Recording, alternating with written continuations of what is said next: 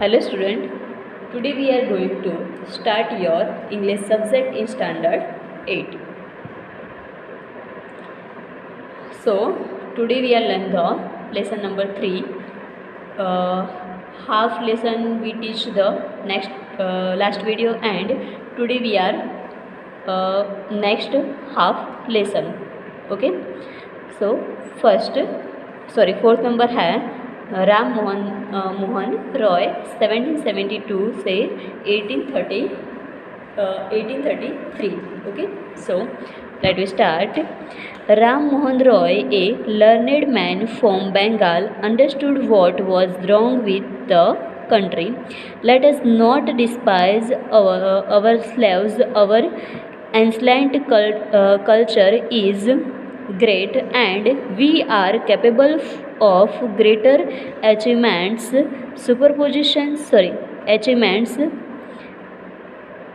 We must first reform our society. Superpositions have been running us. तो जो राजा राम मोहन राय थे वो बंगाल के एक विद्वान एवं समाज सुधारक थे. उन्होंने समझ लिया कि देश में क्या कमी है. उन्होंने लोगों से कहा कि अपनी पुरानी संस्कृति पर गर्व करो तथा समाज को मूर्खतापूर्ण अंधविश्वासों से छुटकारा दिलाओ. ओके.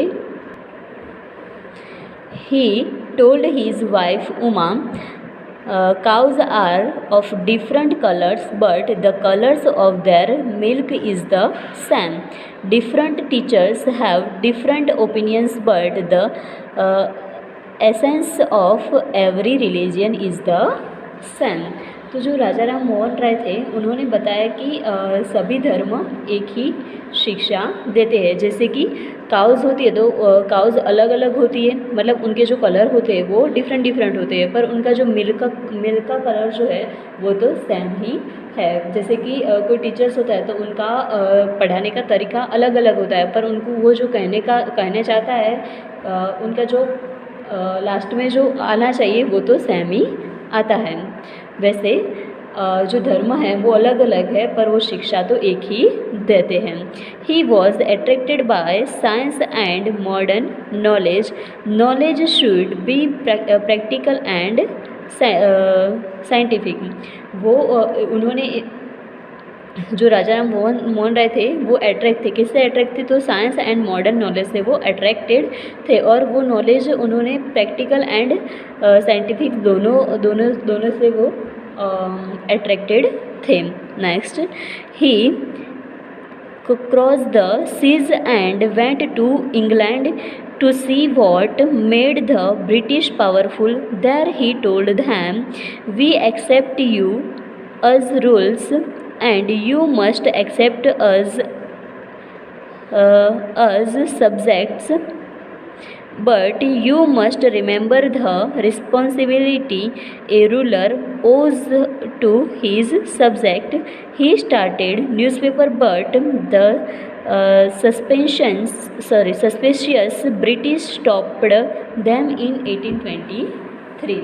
तो उन्होंने विज्ञान एवं आधुनिक विज्ञान को महत्व को उन्होंने पहचान लिया था. तो उन्होंने अखबार प्रकाशन शुरू किया, पर अंग्रेज़ों ने उनको अखबार को 1823 में बंद कर दिया था, और वह समुद्र पार करके इंग्लैंड गए यह पता लगाने की किस कारण अंग्रेज इनसे बलशाही हो गए हैं, और उन्होंने फिर मध्यम वर्ग अपना लिया. उन्होंने अंग्रेज़ों को शासक के रूप में स्वीकार कर लिया, पर उन्हें यह बताया कि उन्हें याद रखना चाहिए कि एक शासक का अपनी प्रजा के प्रति क्या उत्तरादित्व होना चाहिए. ये उन्होंने राजा राम मोहन राय ने अंग्रेज़ों को सिखा लिया था.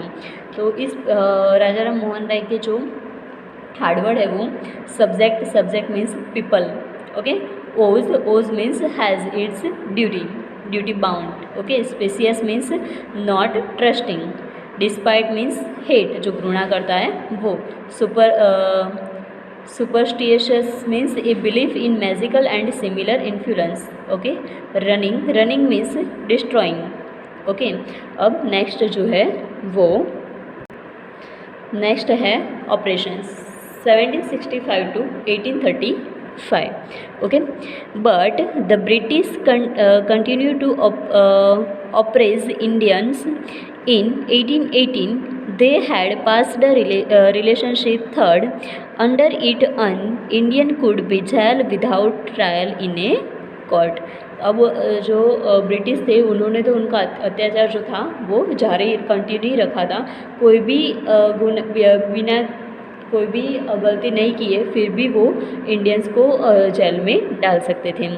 All time British officers in India drew big salaries and also made fortunes in private business. जो ब्रिटिश थे उन्होंने वो गवर्नर के पास सैलरी भी ज़्यादा लेते थे एंड प्राइवेट बिजनेस करना भी उन्होंने स्टार्ट कर लिया था. By 1829, Britain was everything. British goods worth 7th crore rupee to India. Governor General Bentinck reported back home. The British purpose on the country is loot while Indian industries began to die.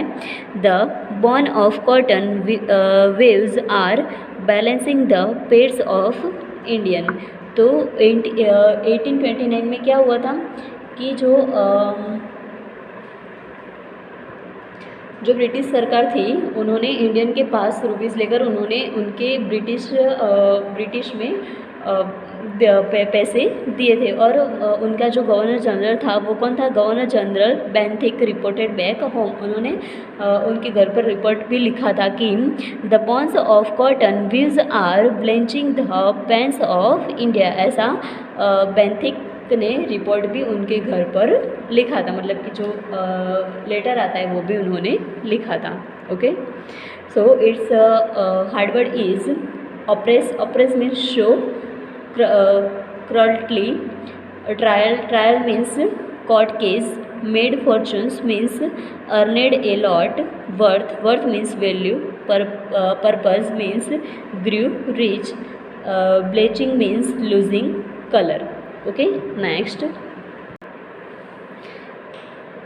Education in India was in Persian and Sanskrit. In 1835, Englishman named Macaulay suggested a change. We should teach the native though the English language. I agree. Education India में क्या चल रहा था? तो Sanskrit and पेरिशियन चल रहा था. पर जब 1835 में जो मैकलरी जो था उन्होंने ये चेंज किया और क्या बोला उन्होंने कि हमारा जो नेटिव है वो तो इंग्लिश की लैंग्वेज में ही पढ़ा जाएगा. तो वो एग्री हो गया था. English education produce clerks to whom the British gave petty jobs under them. Incidentally, it also produced a new generation of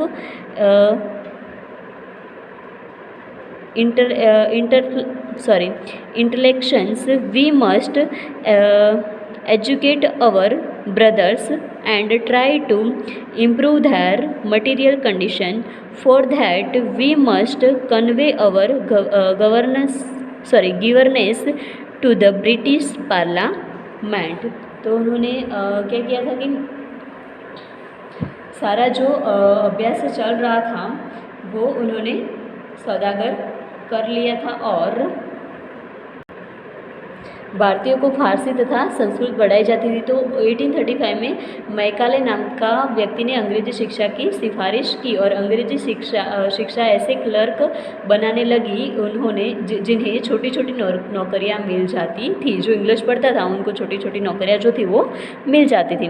bye 1856 the British had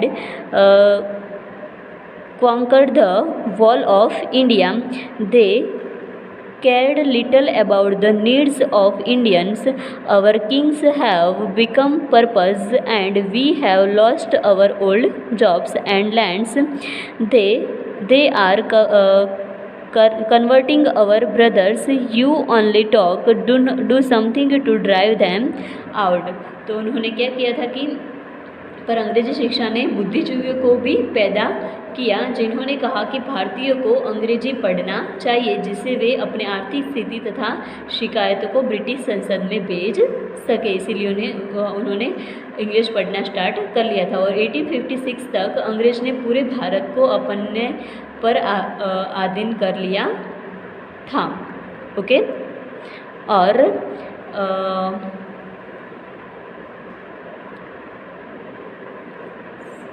उन्होंने भारतीय की कुशलता की चिंता थी ही नहीं, भारतीय राजा और शासक उनके हाथ की कठपुतली बन गए थे। लोगों से उनके काम धाम और उनकी भूमि सब कुछ छीन गई थी। उन्होंने लगा कि अंग्रेज़ों को भारत से खदेड़ना जरूरी है। ऐसा किसको लगता था? तो इंडियन को लगता था। Next, tears constitute to reign the peasants in Bengal. The Santhals who had lost their lands under new land rules become desperate in 1855. They rose in rebellion and miscarried Europeans and their supports alike. तो क्या हुआ था कि 1855 में विद्रोह कर दिया और बहुत से यूरोपियन लोगों की हत्या भी उन्होंने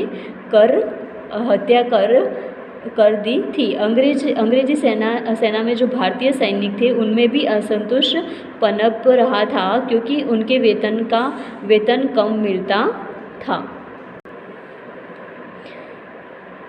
Discontent was braving the East India Company army too. The while soldier gets huge pay, missions to live servants, while we get a pittance and slow promotions. The Angrez ask us to cross the sea, which is against our religion. Who is the Topwalas to abolish our age-old cust means we must drive out the Angrez. Spay Mangal Pandey attacked the adjutant of his remain and was executed. Thousands of other spoils revolted. They were stripped of their uniforms, for Englishmen had can't understand Indian customs or the people's mind.